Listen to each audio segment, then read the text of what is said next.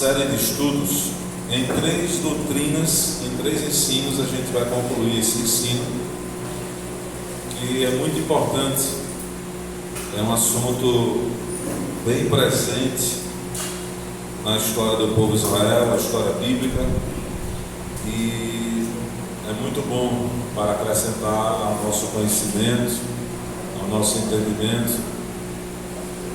Entender lições sobre o tabernáculo, lições sobre o tabernáculo. Esse tabernáculo é esse aqui, representado por esta imagem, que permeia partes ou maior parte do Antigo Testamento. O tabernáculo que Deus estabeleceu no deserto com o povo de Israel, através de Moisés, o líder que liderou o êxodo, a saída de Israel do Egito. E Deus estabeleceu, ordenou a Moisés para que construísse, lá no Monte Sinai, Deus dá a ordem a Moisés, para que construísse este tabernáculo móvel, todo aí é desmontável, não é? Ainda no deserto, durante a peregrinação, durante os 40 anos no deserto, Deus providenciou este tabernáculo. E por meio deste tabernáculo, ao qual nós vamos, durante estes estudos que vamos estar aprendendo aqui, 3 estudos, e é importante que todos que venham hoje participem dos 3 estudos, porque você vai entender, na conclusão dos 3 estudos, vai ter um melhor entendimento, não é, sobre este tabernáculo que Deus mandou construir.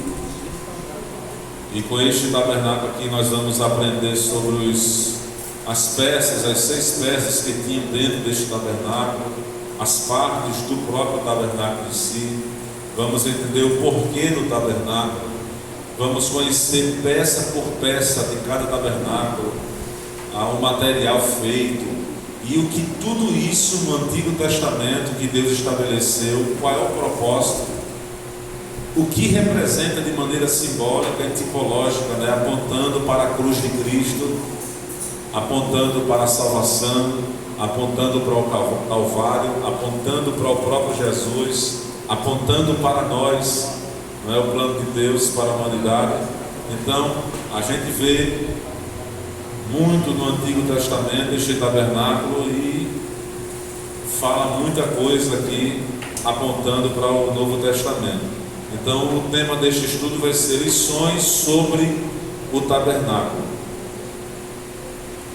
E o texto base que a gente vai ter aqui para esse estudo está em Hebreus capítulo 9, versículo 2 e o versículo 11. Versículo 2 aqui em cima e versículo 11 embaixo.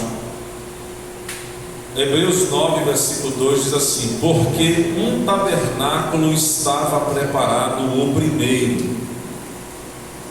Porque um tabernáculo estava preparado o primeiro. E este tabernáculo aqui, que foi preparado primeiro, é o que a gente acabou de ver na imagem.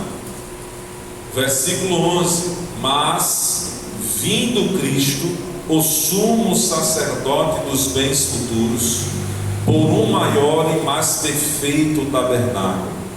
Então, vamos entender aqui sobre o primeiro tabernáculo que foi preparado, o primeiro, e depois vamos entender o segundo tabernáculo, que é maior e mais perfeito, né?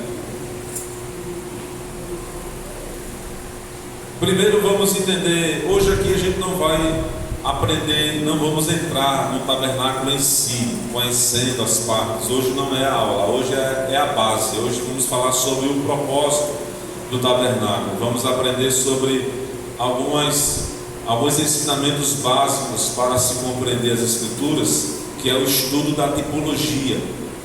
É representada essa mulher aí fazendo a pergunta: o que é tipologia bíblica? Não é? O que é tipologia bíblica? Eu não sei se os irmãos vão acompanhar aí, mas eu vou ler, os irmãos escutam, não é? Símbolos, tipos e antítipos. Esta lição apresenta uma ilustração que bem caracteriza a razão pela qual estudamos os símbolos na Bíblia. O estudo de tipos, antítipos e símbolos da Bíblia se constituem numa das matérias mais impressionantes para o estudante da Bíblia. Olha só, o estudo de tipos, antítipos e símbolos da Bíblia se constituem numa das matérias mais impressionantes para o estudante da Bíblia, porque esta matéria é como uma janela que se abre para o grande universo da Bíblia, permitindo que o estudante interprete os enigmas, símbolos, tipos e analogias. Toda a Bíblia, principalmente o Antigo Testamento, ele é feito de simbologias, de tipos, de figuras que apontam para a nova aliança, para o Novo Testamento, para a redenção, para a salvação.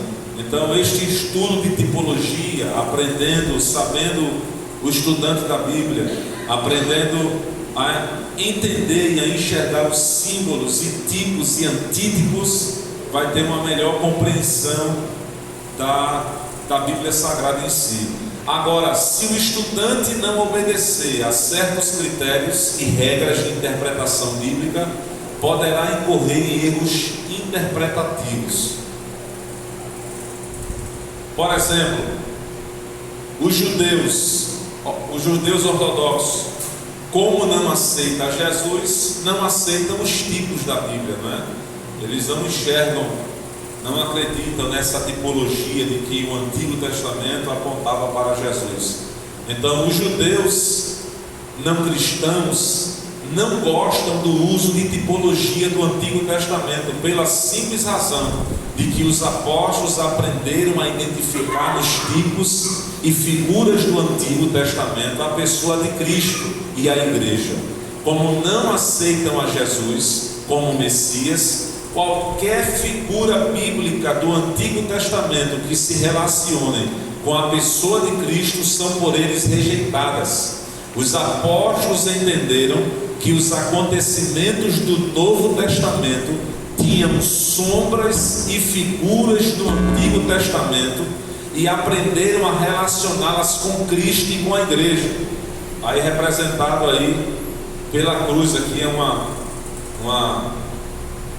figura que representa mais ou menos que a cruz de Cristo, a realidade da cruz de Cristo, a sua sombra, ela reflete e é apontada para o Antigo Testamento com figuras, né, que são símbolos e tipos que apontam direto para a realidade que é a cruz de Cristo. E os judeus, por não crerem em Jesus, não acreditarem que Cristo é o Messias, não acreditam que os símbolos de que Deus estabeleceu no Antigo Pacto, os ritos sagrados, os animais, os materiais sagrados apontavam para essa salvação que veio por meio de Jesus Cristo, o qual nós recebemos por fé e estamos aqui, a igreja do Senhor Jesus. Mas nós, e tanto os judeus messiânicos, que são os judeus que creem em Jesus, e os apóstolos aprenderam a identificar no Antigo Testamento os tipos que apontavam para a cruz de Cristo, porque tudo que Deus estabeleceu no Antigo Pacto, de certa forma, estava apontando direto para a cruz de Cristo. O conceito de tipologia, o que é tipologia bíblica? Diga assim comigo: é o estudo de pessoas, instituições, lugares, objetos e eventos históricos encontrados no Antigo Testamento, os quais prefiguram realidades futuras na história da salvação. Então, para você entender melhor, não é? A tipologia bíblica é o estudo de pessoas, instituições, lugares, objetos e eventos históricos encontrados no Antigo Testamento, que são chamados tipos os quais prefiguram realidades futuras na história da salvação, que se chama antítipos, ou seja, os tipos são as representações do Antigo Testamento, as sombras que apontam diretamente para uma realidade superior, que é o Novo Testamento, que é chamado de antítipos. Então, tipologia é uma teologia da progressão dos atos salvíficos de Deus através de Jesus. Então, tipo está no Antigo e o antítipo, que a realidade está, ou o cumprimento, está lá no Novo Testamento. Aqui é mais uma figura, né, apontando o tabernáculo em si, apontando para a cruz de Cristo. Construído por Moisés no deserto, deixou profundas lições para a igreja, tanto através da rica tipologia dos seus objetos, como também pelo significado espiritual do sacerdócio, dos sacrifícios e das celebrações anuais. O tabernáculo significa lugar de habitação, indicando o lugar da presença de Deus na luz, que por sua vez é chamada de Shekinah. Antes do tabernáculo havia a tenda, ou tenda da congregação, erigida como um lugar especial de adoração. Depois veio o estabelecimento do tabernáculo móvel, todo montável, desmontável, né? Móvel, para que pudesse se locomover durante as jornadas no deserto. Toda vez que Israel parava, guiado pela nuvem, durante os 40 anos no deserto, quando a nuvem parava, o povo de Israel já ia montando, e a gente vai aprender depois quem era que montava cada parte, responsável em carregar e em montar. E vamos ver os rituais, né, que eram feitos aqui, desde o altar do holocausto, aqui, ó, na entrada do tabernáculo, onde eram oferecidos os sacrifícios dos animais. Depois vamos ver aqui a pia de bronze, onde eram lavados aqui os sacerdotes. E depois vamos entrar aqui dentro do lugar santo, onde esse tabernáculo aqui dentro está a parte do santo lugar e o santíssimo lugar, dividido por uma cortina do lado de dentro. E a gente vai conhecer as peças que estavam dentro, né? A menorá, o altar do holocausto, a mesa da proposição dos pães. E dentro do lugar santíssimo, essa figura aqui não está mostrando muito, mas a gente vai ver outras figuras, onde está o lugar santo dos santos, ou o santíssimo lugar. E só uma vez por ano o sumo sacerdote poderia entrar no dia da expiação e oferecer sacrifício por si mesmo e pela nação de Israel, onde estava a arca da aliança, a arca do concerto, lá onde a fumaça que subia à presença de Deus. Este tabernáculo aqui, Deus estabelece, instrui Moisés para construir. Vamos ver aqui algumas tipologias. Por exemplo, no próprio Jardim do Éden.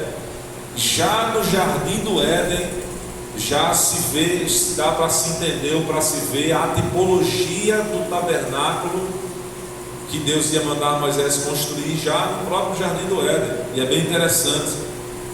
No Éden não se precisava de um tabernáculo, não se precisou de um tabernáculo para se fazer expiação pelos pecados, porque lá o homem estava em comunhão com Deus. Então Deus estava em comunhão, o homem estava em comunhão perfeita com Deus antes do pecado, e não precisava de rituais e sacrifícios, não precisava de rituais para separar o homem diante de Deus, para que o homem pudesse ter acesso à comunhão, porque Deus tinha comunhão com o homem tinha comunhão com Deus, passeava no Jardim do Éden, se comunicava com o homem, não é? Então, o Jardim do Éden era um pedaço do celestial, onde a presença de Deus habitava.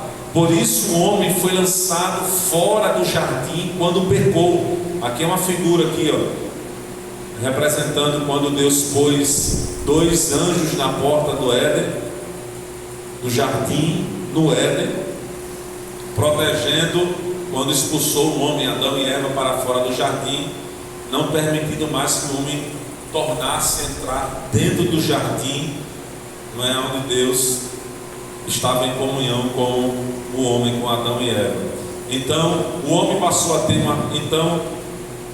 O homem foi lançado quando pecou para fora do jardim, e quando foi lançado para fora do jardim, o homem passou a ter uma nova chance. Deus concede uma nova oportunidade, um novo espaço foi estabelecido. Mas depois que Caim levou seu irmão para fora do campo e o matou, o homem se afastou cada vez mais da presença de Deus, a ponto de não conseguirem mais ter acesso à presença de Deus como no Éden. Então, cada vez mais que o homem foi expulso do jardim do Éden, veio as atrocidades, veio o primeiro homicídio, o próprio irmão Caim matando o próprio irmão Abel, levando para o campo, assassinando o próprio irmão, e cada vez mais o homem foi se afastando mais da presença de Deus, da comunhão com Deus, até que Deus providenciasse um meio pelo qual o homem poderia retornar à sua presença. Sombras, tipos e mistérios do Éden. Por exemplo, no próprio jardim do Éden, a gente consegue enxergar 3 partes, da mesma forma que o tabernáculo era feito, foi estabelecido em 3 partes: o átrio externo, o lugar santo e o lugar santíssimo, ou o santo dos santos. O tabernáculo foi construído em 3 partes. A gente consegue enxergar 3 partes já no Éden, no próprio dentro do Éden. Ou seja, a primeira parte dentro do jardim representava ali o santo dos santos, ou o santíssimo lugar. Da mesma forma que Deus pôs querubins guardando a entrada do Éden quando o homem foi expulso, tinha também 2 querubins de ouro em cima do propiciatório. Hebreus 9:5. Propiciatório é a tampa da arca da aliança, né? Esse chamado de propiciatório, a tampa, onde estavam os 2 querubins ungidos, esculpidos de ouro, tocando as asas, inclinados um para o outro. E da mesma forma como estava dentro do santíssimo lugar a arca da aliança e o propiciatório, os 2 querubins lá, simbolizado pela presença de Deus, assim mesmo dentro do Éden já estava representado. Quando o homem estava em plena comunhão com Deus, já representava ali o santíssimo lugar. Era um pedaço, o Éden, o jardim do Éden já era um pedaço do celestial, onde o homem tinha plena comunhão com Deus e não tinha separação, não precisava ter cortina. Então, quando o homem é expulso do santíssimo lugar, quando o homem é expulso da presença de Deus para fora, este fora do Éden representa a segunda parte do tabernáculo, o santo lugar, né? O santo lugar, ou lugar santo, onde no tabernáculo a gente vai aprender que no lugar santo estava lá a mesa da preposição dos pães do lado direito, no meio estava o altar de incenso, e do lado esquerdo estava lá a menorá, né, o candelabro com as 7 hastes. E a gente vai ver e vai conhecer depois essa parte. Fora do jardim do Éden já mostrava ali o lugar santo, a segunda parte do tabernáculo. Uma nova oportunidade foi dada ao homem, um novo lugar para adorar a Deus. Mas infelizmente alguns não conseguiram. Exemplo, Caim, não é? Foi dada uma nova oportunidade.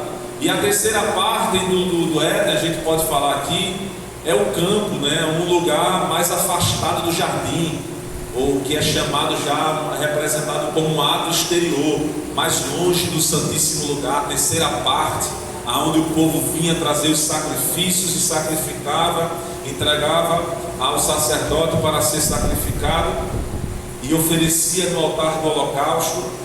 E o campo representa a terceira parte do tabernáculo. Cada vez mais o homem se afastando da presença de Deus, até chegar no momento em que o homem não estava nem mais no átrio externo, já estava fora, do lado de fora, mais longe da presença de Deus. Não é? Um campo, um lugar onde Abel é levado pelo seu irmão Caim, induzido pelo seu irmão e assassinado, representa esse lugar mais afastado do jardim, o átrio exterior, onde Abel foi assassinado no átrio, é onde fica o altar do holocausto, ou seja, no local onde Abel foi assassinado pelo seu irmão, representado pelo átrio externo do tabernáculo, é o local justamente onde está a primeira peça que que é o altar do holocausto, onde os israelitas levavam os sacrifícios para serem ofertados a Deus pela culpa, pelo pecado, pela transgressão, e onde Abel foi assassinado no ato, é onde fica o altar do holocausto. Agora não sabia Caim que o sangue do seu irmão ia clamar por redenção e não por vingança. Diga amém por isso. Quando Deus disse para Caim: Caim, onde está o teu irmão? E Caim: porventura sou o guardador do meu irmão? Não é? Porventura sou o guardador? E Deus diz assim: porque escuto a voz do sangue, o teu irmão está clamando desde a terra.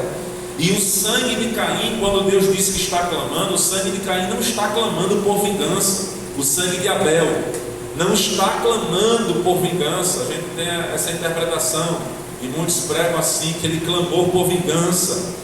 O sangue de Abel não clamou por vingança. Diz assim: o sangue do teu irmão está clamando desde a terra. O sangue de Abel ali, Abel ao ser sacrificado, assassinado pelo seu próprio irmão Caim. Abel era um justo homem de Deus, um servo de Deus, um justo servo de Deus. E o ato do sacrifício de Abel, do próprio irmão, matando o seu próprio irmão, o sangue de Abel, no lado de fora do jardim do Éden, no campo, sendo assassinado, o sangue de um homem inocente sendo derramado, já estava o sangue de Abel, quando estava no homem inocente que foi assassinado pelo seu próprio irmão. O sangue do justo Abel passou a tipificar o sangue de um dia, de um sacrifício perfeito que seria realizado, feito por nós na cruz do Calvário. O sangue de Abel, quando é derramado na terra, ele clama por redenção e não por vingança. Diga amém por isso. Porque o sangue de Abel, quando é derramado, o sangue de um homem justo, de um homem inocente, ele não está clamando por vingança para Deus julgar, está clamando por redenção, por salvação, apontando para o sacrifício superior que seria. Você está lembrado do texto lá em Hebreus? Abra aí Hebreus capítulo 12, versículo 24. E olha interessante, olhe para cá um pouquinho antes de você ler o versículo. Olhe para cá, quando a gente lê a história de Caim, pelo menos foi assim comigo, quando eu li, novo convertido, eu leio na Bíblia a história de Caim, irmãos, deu uma raiva tão grande, não é? Quando você vai lendo o texto e vê a atrocidade, o sentimento do irmão Caim perverso em assassinar, tirar a própria vida do irmão, porque Deus simplesmente aceitou a oferta de Abel e aceitou o ofertante Abel e reprovou a oferta de Caim. Caim se ira, o seu semblante é exposto, não é? Deus alerta a Caim que o pecado já estava à porta e cumpria ele dominar, mesmo Deus falando com Caim, dizendo: olha, o pecado já está no teu coração, cumpre a você dominar esse sentimento que está no seu coração. Mesmo Deus alertando a Caim, Caim vai lá e tira a vida do seu próprio irmão. E quando você vai ler, você vai ver Deus tratando agora com Caim, diante dessa atrocidade. Você pensa que Deus vai punir ali Caim, você pensa que Deus vai cirar e vai executar, tirar a vida do próprio Caim. Mas Deus não tira a vida de Caim, Deus pune ele, Deus castiga ele sai como errante na terra. E ainda mais Caim diz assim: sairei como errante, e o primeiro que me encontrar vai me matar. Todo mundo sabe da minha atrocidade. Aí a Bíblia diz que Deus coloca um sinal em Caim. A Bíblia não diz que sinal é esse, de maneira que todos, quando olhassem para ele, iam perceber que Deus pôs um sinal. E Deus disse: quem matar Caim será castigado em morro, será castigado 7 vezes, punido. Como é que Deus não pune Caim com morte, se ele mata o próprio irmão? Se ele derrama o sangue do próprio irmão? Deus não mata Caim, não é porque Caim não era bom, é porque o sangue de Abel que foi derramado já estava clamando por redenção. O sangue de Abel que foi derramado do lado de fora do campo já estava apontando para um sacrifício superior, do lado externo do altar, do lugar santo, aonde seria estabelecido o altar do holocausto. E este altar, aonde onde seria oferecido animais inocentes, puros, sem mancha, sem mácula, estava apontando para um sacrifício superior na cruz do Calvário. Ou seja, Deus não matou Caim, não é porque Caim é inocente, é porque o sangue de um homem justo e inocente foi derramado na terra, e o sangue deste homem já estava falando e clamando por redenção, dizendo: Deus, não mata o meu irmão, apesar do que ele fez comigo, não mata ele, Deus. E o autor Hebreus 12, 24, olha o que Hebreus vai dizer, Hebreus 12, 24. E a Jesus o mediador de uma nova aliança, e ao sangue da aspersão, que fala melhor do que o sangue de Abel. Olha o que o autor Hebreus diz, e olha o que o sangue de Abel faz com Caim. Além que o sangue de Abel traz cobertura expiatória para o seu próprio irmão Caim, para Deus não matá-lo, o sangue de Abel dá direito para Caim, o seu próprio irmão, ter uma oportunidade para se arrepender. Olha o que acontece. Abra sua Bíblia em Gênesis capítulo 4.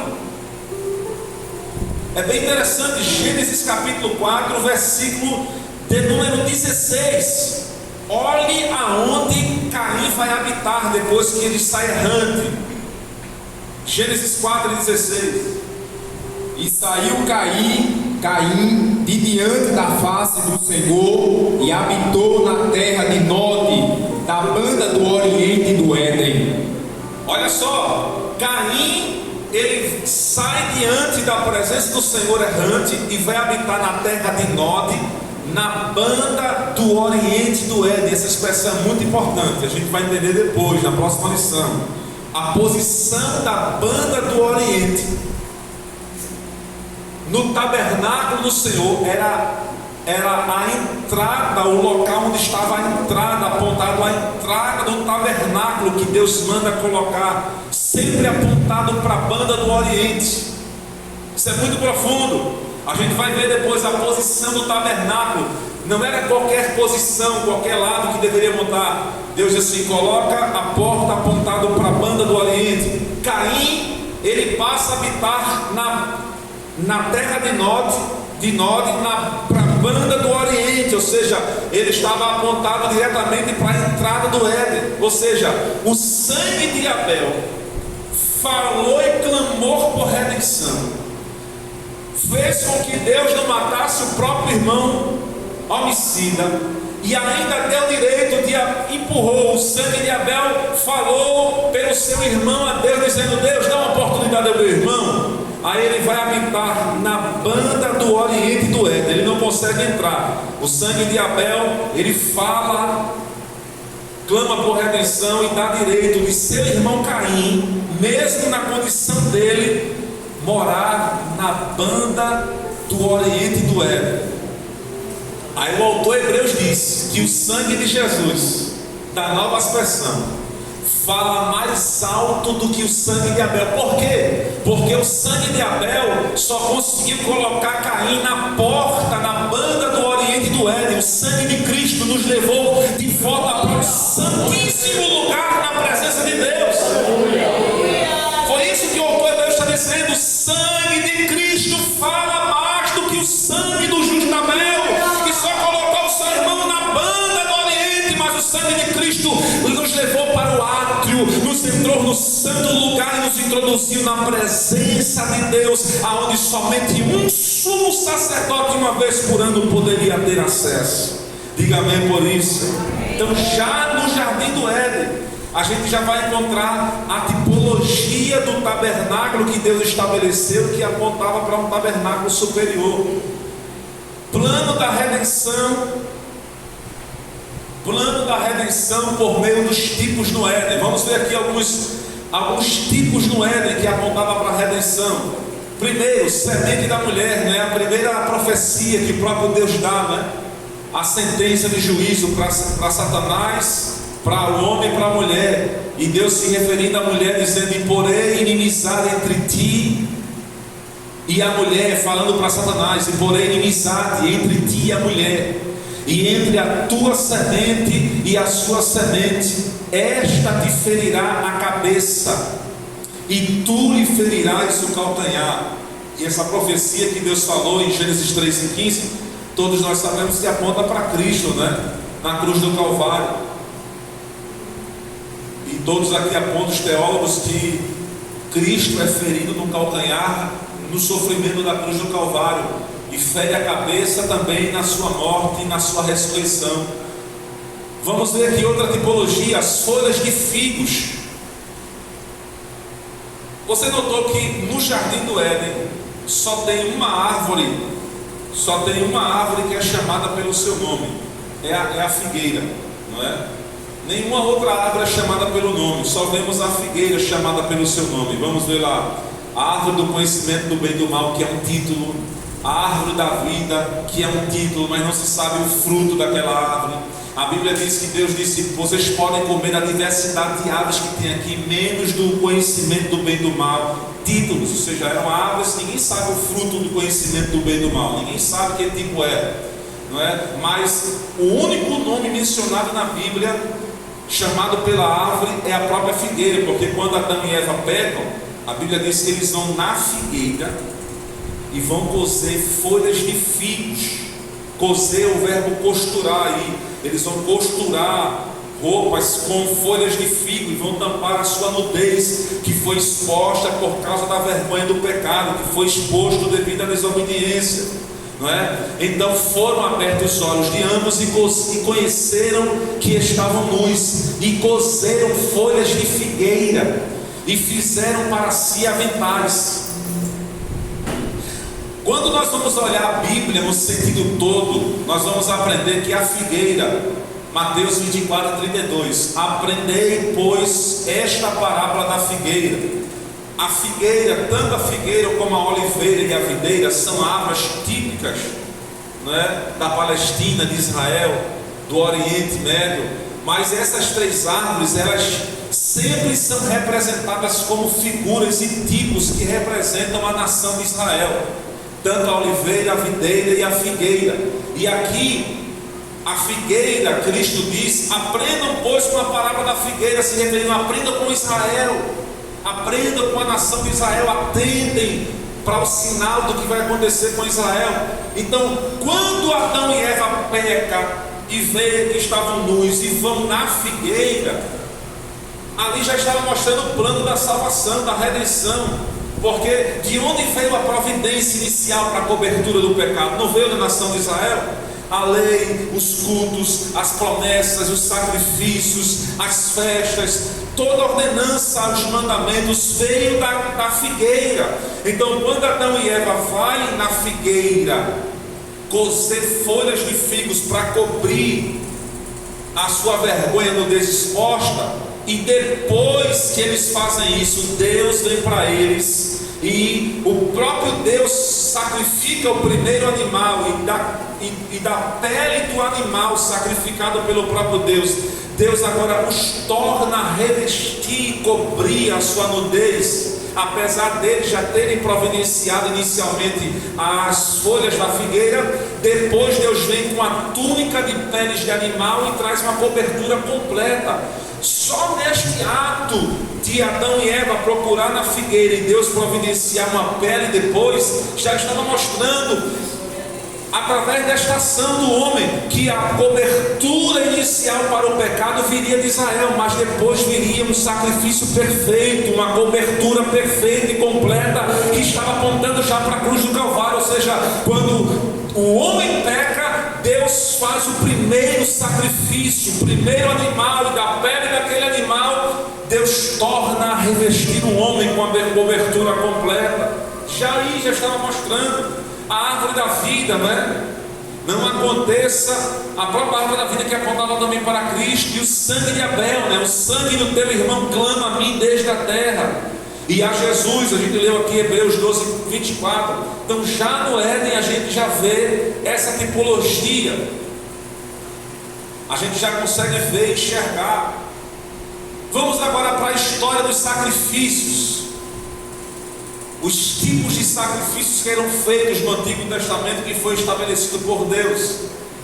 A verdade é que nunca encontramos nos primeiros capítulos da Bíblia a exigência por parte de Deus de serem oferecidos sacrifício pelos pecados ou por ações de graças, mas encontramos por muitas vezes Deus aceitando ou rejeitando-os, como no caso de Caim e Abel.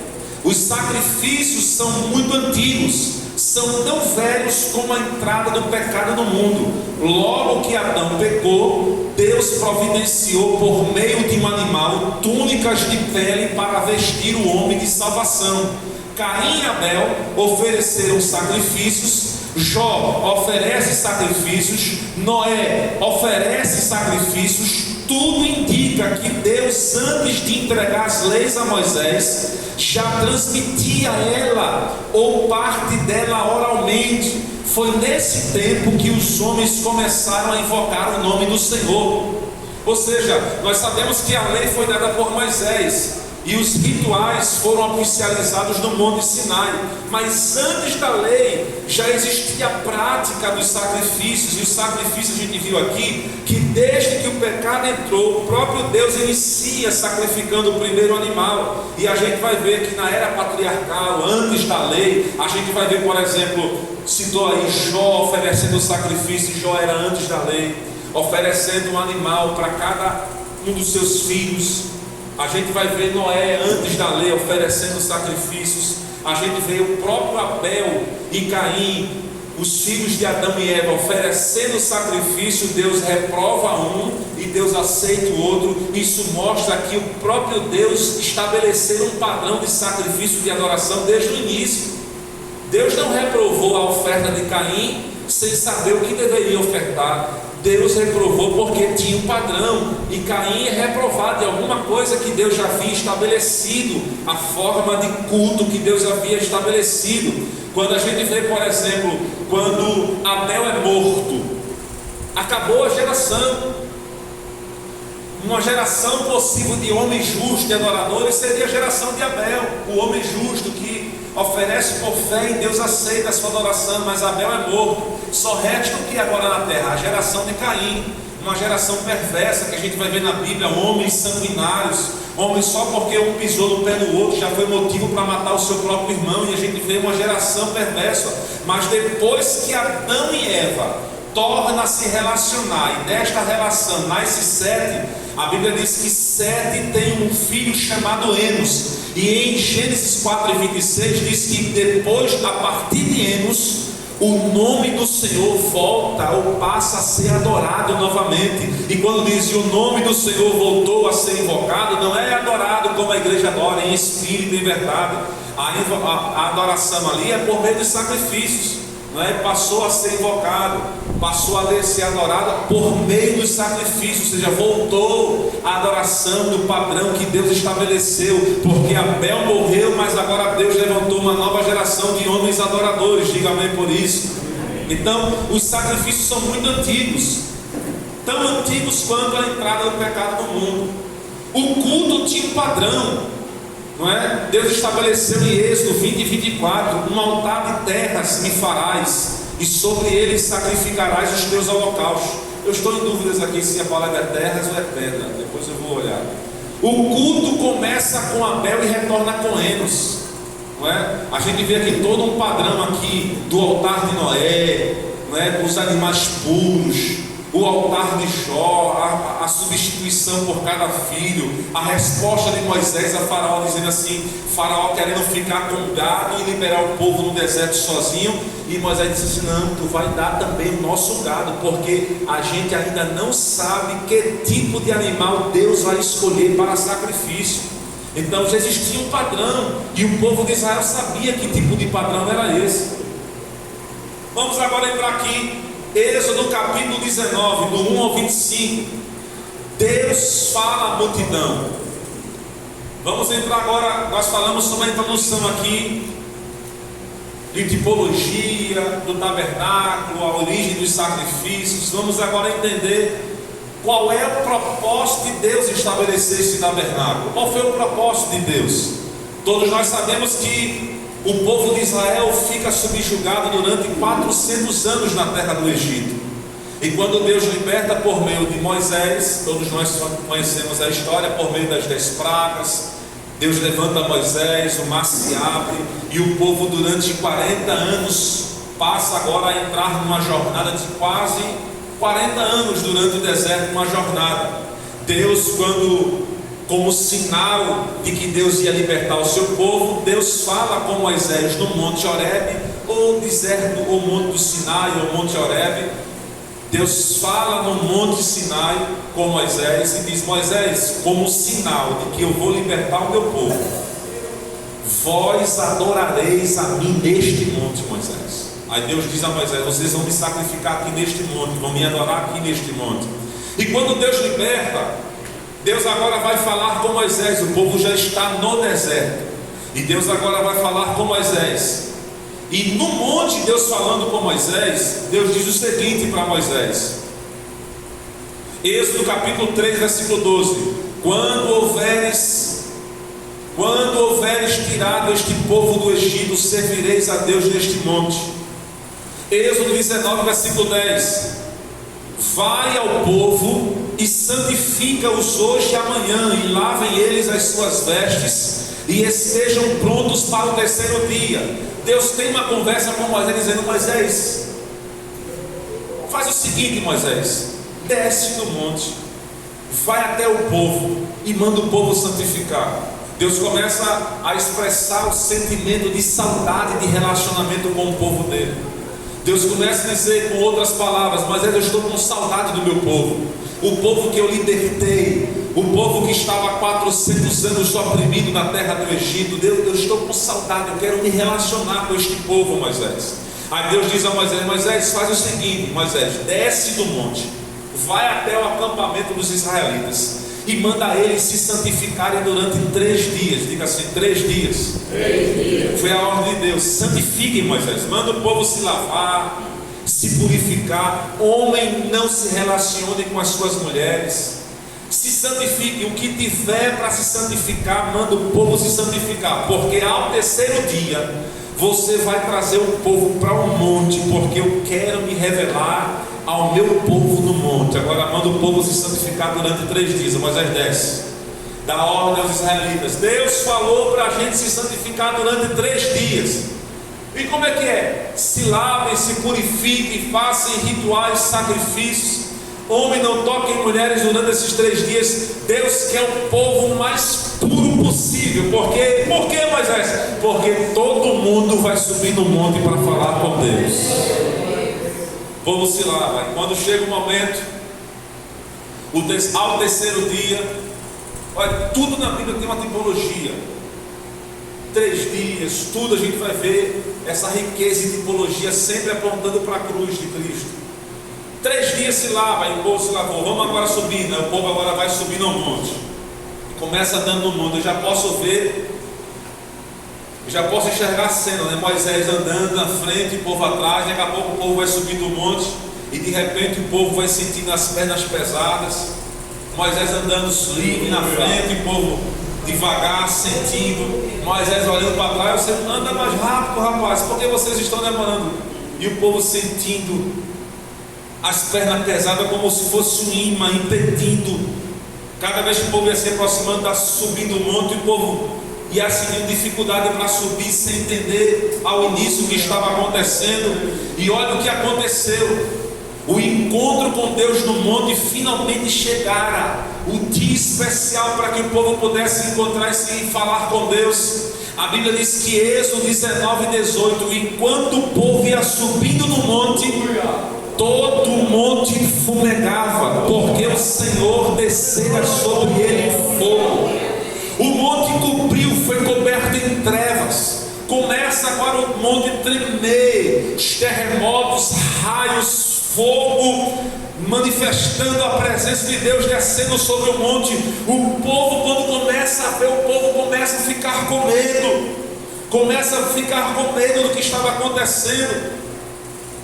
O povo ficou com medo por causa da presença de Deus. O povo finalmente recuou. A Bíblia diz que o povo recua, volta para o monte. Moisés, vamos subir. O povo, não dá mais, Moisés, para subir. E o povo chama Moisés e diz assim: Moisés, nunca mais faça isso conosco, Moisés. Nunca mais faça a gente subir do nosso lugar para subir um monte para falar com Deus que se revela no meio do fogo, da tempestade, do terremoto. O povo fica com medo. Moisés, a gente não quer morrer. O povo sente, irmãos, a santidade, a glória de Deus, e sente a natureza pecaminosa do povo de Israel. Diz: não dá para ver um Deus dessa forma e ficar vivo, a gente vai morrer. Aí o povo diz: Moisés, a partir de hoje, tu sobe ao monte, fala com Deus, Deus fala contigo e tu fala conosco, porque ninguém, Moisés, vai se atrever a sair do arraial, da tenda da congregação, para subir ao monte para falar com Deus e para ser morto. Aí o povo diz aqui, e disseram a Moisés: fala tu conosco e ouviremos, e não fale Deus conosco para que não morramos. Êxodo 20:19. E o povo estava em pé de longe, Moisés, porém, se chegou à escuridade onde Deus estava. Aí Moisés vai conversar com Deus: Deus, tu viste o que o povo disse? O povo não vai mais se arriscar, o povo não quer mais subir à tua presença para falar contigo, porque disse que tu vai morrer se te ver. Então o Senhor me disse a Moisés: bem falaram naquilo que disseram, Moisés. Eis que lhe suscitarei um profeta. Olha o que Deus diz a Moisés: Moisés, o povo está certo, Moisés. Falaram bem, não dá para subir aqui. Eu já posso ver Moisés dialogando com Deus, dizendo: mas Deus, tu não mandaste descer, santificar o povo 3 dias, tu não resgataste o teu povo, e como é que o povo não pode subir à tua presença? E Deus diz: Moisés, falaram muito bem, Moisés, não dá, Moisés. E como é que o Senhor pediu para eu santificar o povo 3 dias? É porque eu quis dar uma lição a tu e o povo, Moisés. Qual é a lição, Deus? É que por mais que o homem se santifique, por mais que o homem se purifique, por mais que o homem se consagre, não dá, Moisés, para ver a minha face e permanecer vivo, porque eu sou santo, Moisés. Não dá, Moisés, para estar na minha presença, ver a minha presença e contar e ficar vivo para contar a história. Eu sou santo, Moisés. E Moisés, mas tu não mandou o povo lavar 3 dias? É, Moisés, os teus 3 dias, Moisés, não foi suficiente para o povo se santificar e estar na minha presença, mas os 3 dias que estou preparando na cruz do Calvário será suficiente para o povo voltar e a entrar e a ter acesso à minha presença. Os teus 3 dias não foram suficientes, mas os meus 3 dias serão suficientes. Aí Deus diz a Moisés: Moisés, eu vou suscitar um profeta, Moisés, no meio de seus irmãos, alguém como tu, e poreis as minhas palavras na sua boca, e ele lhes falará tudo que eu lhes ordenar. Este profeta já era o próprio Cristo, já era o próprio Filho de Deus, o próprio Deus. Aí Deus: Moisés, Deus começa a revelar o plano a Moisés: mas e agora, Deus? Se o povo se santifica e não dá para ter acesso, como o povo terá acesso à tua presença? Aí Deus disse: Moisés, eu vou suscitar um no meio de teus irmãos como tu, ele falará as minhas palavras. Sim, mas agora, para o povo ter a tua presença, como tu vai andar no meio do povo? O povo vai estar contigo na tua presença e não ser morto. Aí Deus diz a Moisés: prepare um tabernáculo, Moisés. Aí Deus dá ordem a Moisés. Aí Deus dá ordem a Moisés agora do santuário. Êxodo 25:8. E me farão santuário e habitarei no meio deles. Êxodo 29, olha o que diz: e ali virei aos filhos de Israel para que por minha glória sejam santificados, e habitarei no meio dos filhos de Israel, e lhes serei por Deus, e saberão que eu sou o Senhor seu Deus, que os tenho tirado da terra do Egito para habitar no meio deles, eu, o Senhor seu Deus. Diga amém por isso. Deus diz agora, aí é onde entra o propósito do tabernáculo. Deus diz assim: Moisés, faz o seguinte, desce e manda o povo construir um tabernáculo, um santuário. Para que, Deus? É porque por meio e através deste tabernáculo que vocês vão construir, eu vou andar, eu vou habitar no meio dos filhos de Israel. A minha presença vai poder estar no meio sem que o povo seja morto. Eu vou descer no monte, é o que Deus está dizendo. É o propósito do tabernáculo. Qual era o propósito do tabernáculo? Era para que o povo pudesse ter de volta a presença de Deus poder estar no meio de Israel com a sua presença e não ser consumido, já que o povo não poderia ter acesso à presença por conta própria. Deus estabelece o santuário com os seus ritos sagrados, e por meio dele a presença de Deus habitaria no meio dos filhos de Israel. Aqui já está a tipologia. Onde está a tipologia aí? Era Deus já dizendo a Moisés: Moisés, já que o povo não se arrisca para subir ao monte, para se relacionar comigo, diz a eles que eu vou descer do monte, vou me arriscar por eles para me relacionar com o povo, Moisés. Já que o povo não se arrisca para subir, eu me arriscarei para descer. Faz um tabernáculo e eu vou estar no meio deles. Já estava apontando para Jesus. João, escrevendo o seu livro, o Evangelho, ele diz: no princípio era o Verbo, e o Verbo estava com Deus, e o Verbo era Deus, e o Verbo se fez carne e habitou entre nós, e nós vimos a sua glória.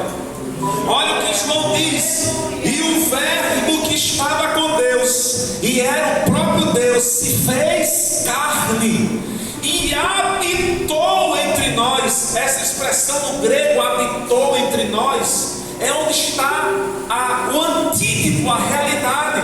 Porque no grego, e habitou entre nós, esse habitar significa montou sua tenda e tabernaculou-se no meio de nós. Deus desceu da sua glória, mandou a sua barraca, a sua cabana, o seu tabernáculo no meio de nós, e nós podemos ver a sua glória no meio de nós. Quando Deus disse: já que o povo não dá para subir e ter acesso à minha presença, diz a eles que eu vou descer. Constrói o tabernáculo, porque eu vou descer, a minha presença vai habitar. Era Deus já dizendo: eu vou descer, eu vou habitar no meio de vocês. E Paulo diz em Colossenses 2:9: porque nele habita corporalmente toda a plenitude da divindade. Ou seja, o corpo de Cristo era o tabernáculo de Deus entre os homens. Diga amém por isso. Era o tabernáculo pela qual era Deus já estabelecendo, dizendo: eu já estou dizendo que eu vou construir um tabernáculo um dia, eu vou montar, eu vou habitar no meio de vocês. Diga amém por isso. Por isso, o propósito do tabernáculo era levar o homem de volta à presença de Deus como no Éden. Diga amém por isso. Vamos ficar em pé nesta noite. O propósito de Deus era trazer de volta, era Deus já mostrando. Hoje nós só aprendemos aqui sobre o propósito do tabernáculo. A gente não viu as peças, a gente vai aprender. Essa jornada aqui desses 3 dias a gente vai ser uma jornada até chegar ao Santíssimo Lugar, até o lugar santo dos santos, onde Deus se manifestava, a glória de Deus se manifestava. E com essa aula de hoje a gente aprende um propósito, que partiu de Deus se relacionar conosco. Partiu de Deus. O relacionamento de Deus para conosco. O propósito em salvar o homem não partiu do homem em querer ser salvo. Não partiu de Caim querer ser salvo, partiu de Deus. Não partiu do pecador, do homem. A Bíblia diz que Deus olhou para a terra e não achou e não viu um homem justo sequer. A Bíblia diz que Ele prova o seu amor para conosco, em que Ele morreu na cruz por nós, sendo nós ainda pecadores. Ele prova o seu amor para conosco, mesmo a gente não querendo, Ele quis. Mesmo a gente não escolhendo, Ele disse: eu escolho você. Mesmo você não se interessando pelas coisas dele, Ele disse: eu me interesso por você. Mesmo você se desapegando, mesmo você não querendo ter um relacionamento diário com Deus, e Deus sempre te dando sinais de que Ele prova o seu amor para conosco. Mesmo você não querendo se arriscar em abrir mão e desapegar das coisas do mundo para se aproximar de Deus, Deus sempre insiste conosco, dizendo: eu sempre estarei interessado em me relacionar com você, em ter uma relação, intimidade com você. Deus prova o seu amor. Ele nos escolheu primeiro, Ele nos amou primeiro. É a misericórdia de Deus. Deus desceu do monte, já que a gente não poderia ter acesso a Ele. Deus conhece as tuas fraquezas, Deus conhece as tuas necessidades, Deus sabe até onde você pode ir. É por isso que muitas vezes Ele sabe, porque Ele sabe até onde você pode ir, que muitas vezes Ele não espera você ir até onde Ele está. Ele vai até o seu encontro, Ele vai atrás da ovelha que se perdeu, Ele coloca no ombro.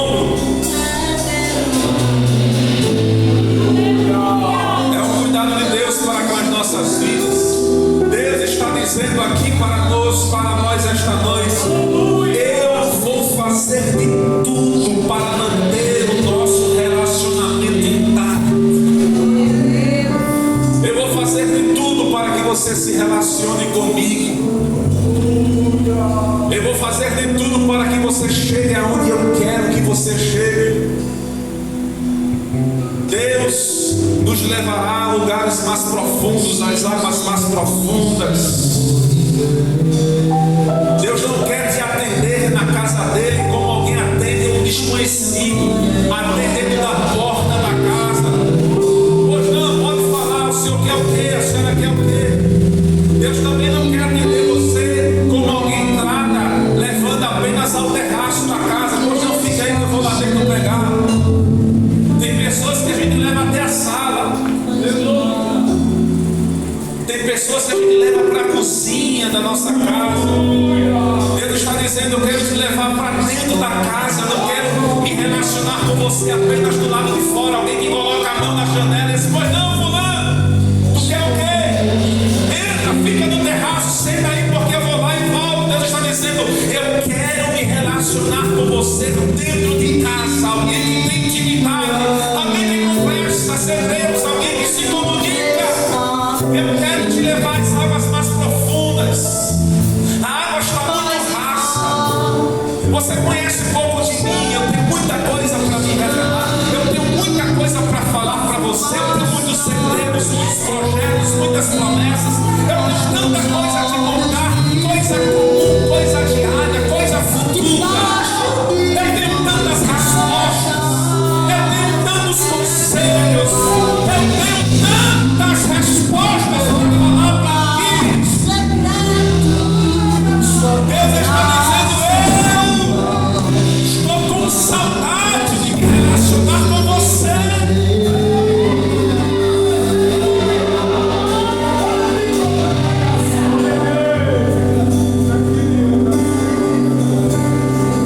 O relacionamento de Deus para conosco não é de um pai somente para com o filho, que abandonou a casa, ou que o filho saiu de casa e só liga para o pai quando quer alguma coisa, quando quer pedir alguma coisa, quando quer comprar alguma coisa. Tem gente que é assim, irmãos. Ele pede tanto, e quando ele recebe uma ligação, ele não quer nem atender. Está fulano, já é para pedir dinheiro, fulano já é para pedir. Só o relacionamento dele é porque ele sabe que pode voltar a qualquer momento, porque sabe que sempre estaremos dispostos para ajudar. Imagine a gente quando dobra o joelho. Eu pergunto a você: quando você dobra o joelho, quando você ora a Deus, quando você vem e bota um propósito de buscar a Deus, quando Deus olha para você saindo de casa, quando Deus olha para você dobrando o joelho na sua casa, dentro da igreja, no círculo de oração, numa madrugada, seja o que for, quando e olhe lá, você busca, quando você ora, quando você resolve falar, quando você dobra os joelhos, o que é que Deus pensa de você ao seu respeito? Será que Deus diz assim: eita, já lá vem ela pedir de novo, já vem ele pedir de novo, só porque apertou na empresa, já vem ela pedir de novo, só porque apertou lá na casa, ela vem pedir de novo, é só para pedir, é só para pedir. Deus está dizendo: eu quero me relacionar contigo, além de um simples pedido, além de um simples pedido, eu quero me relacionar com você como amigo, conversa comigo. Só tua graça me basta, tua presença é meu prazer. Só um pouquinho baixo, eu quero só um pouquinho mais baixo. Só os instrumentos agora, daqui a pouco a gente canta. Deus quer se relacionar conosco de uma amizade profunda, irmãos. Oh, aleluia! É aquela amizade, irmãos, que ele desce do trono para executar uma missão em Sodoma e Gomorra, mas ele faz questão antes de dizer aos 2 anjos que estavam com ele: vamos dar uma passadinha lá na tenda de Abraão. Mas por que, Senhor? Vamos lá em Sodoma e Gomorra? Não, não, não. Porque ocultarei eu a Abraão o que eu faço. Quero contar a Abraão o que eu vou fazer. Amigo é assim, ele quer contar, irmãos. Deus não devia satisfação a Abraão, mas Deus foi contar a Abraão: Abraão, vou fazer isso com Sodoma e Gomorra. E Abraão disse assim: mas Deus, Sodoma e Gomorra, e se tivesse lá 50 justos, tu ia matar 50 justos? Aí Deus: se tivesse 50, não mataria, mas não tem 50, Abraão. Abraão disse assim: mas Deus, se tivesse 40, Deus. Irmãos, qual é a conversa de Deus com o homem, irmãos? Deus permitindo o diálogo, Deus permitindo ser convencido por um homem carnal, um homem falho. Deus me permita falar mais uma vez: se tivesse 40, Abraão, se tivesse 40 eu não destruía, mas não tem 40 justo. Deus, se tu me permitir me atrever novamente a falar, e se tivesse 30, tu ia matar 30, mas não tem 30, Abraão. Se tivesse 20, mas não tem 20, se tivesse 10, não tem 10. Aí Abraão ia descendo, ia chegar em 1. Aí como Deus sabia que tinha 1, aí a Bíblia diz que Deus sai e deixa Abraão falando sozinho, porque se Deus permanecesse, Deus ia ser convencido por Abraão para não destruir Sodoma e Gomorra. Que amizade, irmãos! Que amizade! Deus disse para Arã e Miriam: estou questionando o que vocês do meu servo Moisés? Por que vocês não fazem a parte de vocês? Por que vocês não me buscam? Por que vocês não se quebrantam, não se humilham, infernizam, ficam olhando a forma como eu falo com Moisés? Por que só com Moisés? Porque Deus só usa Moisés. Faz a tua parte.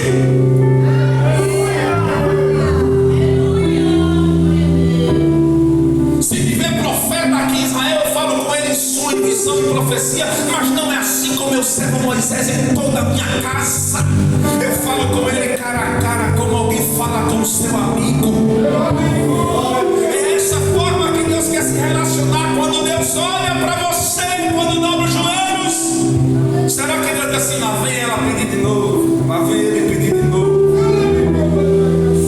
Deus está dizendo: dobra os teus joelhos com propósito. Ele me clamando e assume me onda lá e assar.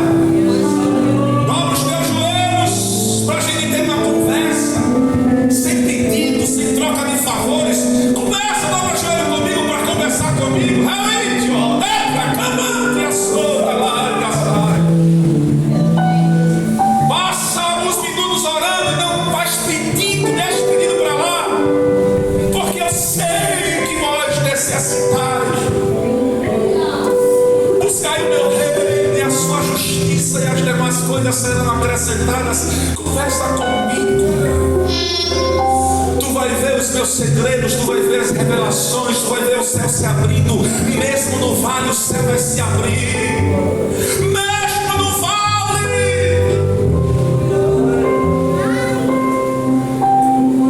Abrirei os teus olhos espirituais.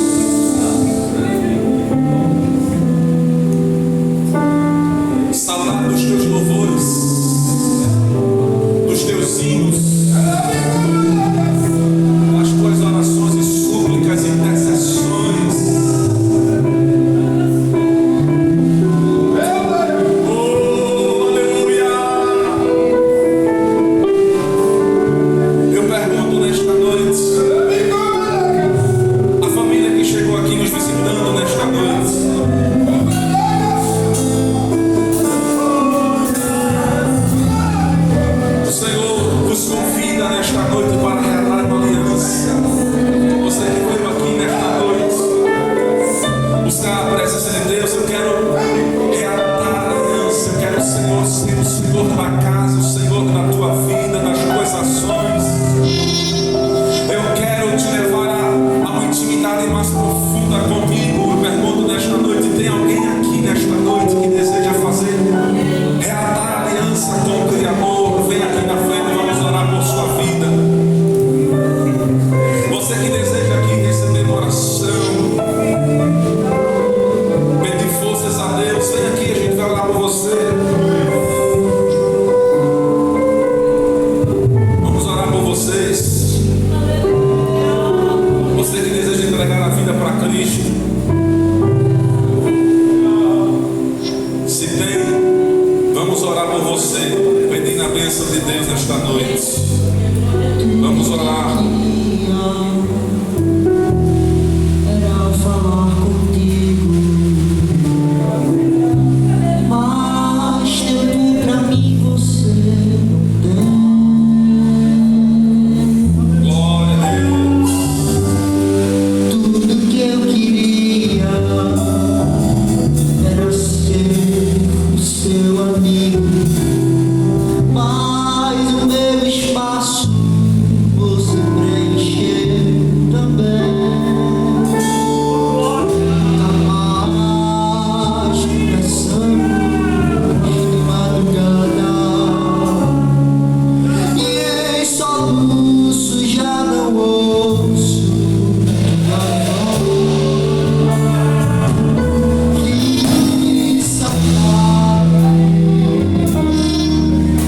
Que saudade eu estou de você e dos segredos que haviam entre nós. Foi por isso que eu fechei as portas, pra ver se você lembrava de mim. Pois eu já não suporto mais ficar nessa indiferença. Não dá mais pra viver assim. Seus negócios são mais importantes do que eu. Faz muito tempo que não ouço você me chamar de meu amigo.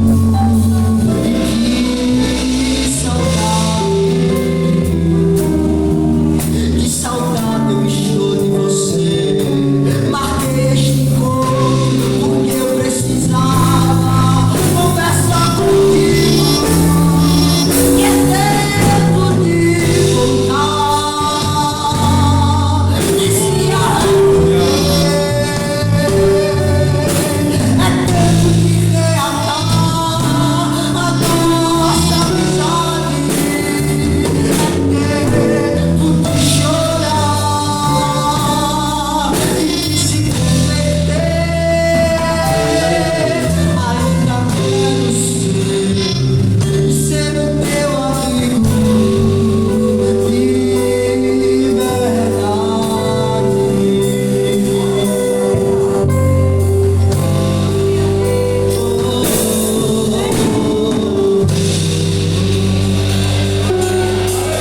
Vamos orar nesta noite.